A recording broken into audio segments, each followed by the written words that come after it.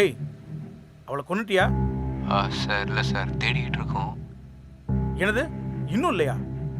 டேய், ஒரு பொண்ணை இன்னுமாடா தேடிட்டு இருக்கீங்க? எங்களை ஏமாத்திட்டு தப்பிச்சு போயிட்டா சார். நீ எல்லாம் ஒரு இன்ஸ்பெக்டர்.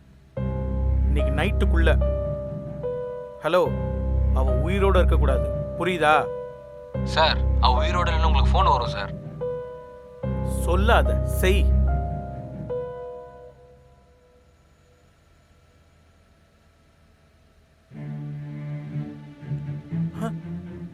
ஹேய், யார் நீ? என்ன பண்ற? மறுபடியும் இன்னொரு தப்பு பண்ண ஆரம்பிச்சிட்டல. தப்பா? நானா? நான் இந்த தப்பு பண்ணலையே. தப்புகளை மட்டுமே பண்ற உனக்கு இதெல்லாம் தப்புன்னு எப்படி புரியும்? யாருடா நீ? என்னை பத்தி என்னடா தெரியும் உனக்கு? ஆரம்பத்தில் வெறும் எக்ஸிக்யூட்டிவாக ஜாயின் பண்ணி அந்த கம்பெனியோட எம்டி பொண்ணையே கல்யாணம் பண்ணிக்கிட்டு இப்போ எல்லா சொத்துக்கும் வாரிசாக இருக்கிறேன்.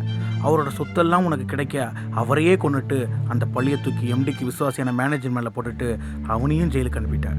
எப்படியோ இந்த உண்மையை தெரிஞ்சுக்கிட்ட உன்னோட மனைவியை இப்போ இன்ஸ்பெக்டர்கிட்ட சொல்லிக்கொள்ள பார்க்குறேன்.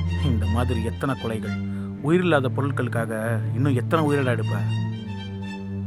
இதெல்லாம் உனக்கு எப்படி தெரியும்? என்ன வேணும் உனக்கு? எனக்கு உன்னோட உயிர் தான் வேணும். வேணாம், என்னை விட்டுரு. உனக்கு எவ்வளவு பணம் வேணாலும் தரேன். எல்லாத்துக்கும் விலை பேசி இப்போ உன்னோட உயிருக்கே விலை பேசுறல. டேய், உன்னை சும்மா விட மாட்டேன்டா. உன்னை என்ன பண்றேன் பாரு. நீ யாருன்னு எனக்கு காட்டு.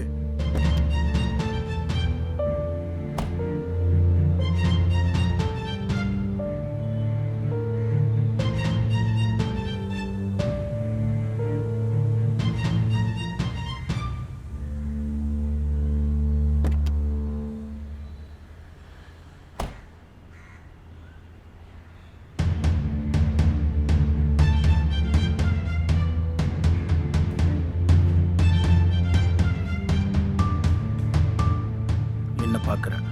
நான் தான் உன்னோட மனசாட்சி பேசுகிறேன். இத்தனை நாளாக உனக்குள்ளே இருந்து உன்னை கட்டுப்படுத்த நினச்சேன். உன்னை சுற்றி கெஞ்சியும் பார்த்தேன். ஆனால் நீ என்னை கண்டுக்கல. எப்போ நீ அடுத்தவங்களை குழிக்குள்ளே தள்ள ஆரம்பிச்சியோ அப்போவே உனக்கான குழியை நீயே தோண்டிக்கிட்ட. மற்றவங்களை கொள்றதுக்கு முன்னாடி என்னை கொண்டுட்டு உன்னை நியாயப்படுத்திக்கிட்ட. நாங்கள் அமைதியாக இருக்க வரையும் தான் நீங்கள் வெளியே ஆட்டம் போட முடியும். நாங்கள் முழிச்சுக்கிட்டா சதுரங்க ஆட்டத்தில் வர மாதிரி உங்களுக்கு செக்மேட் தான்.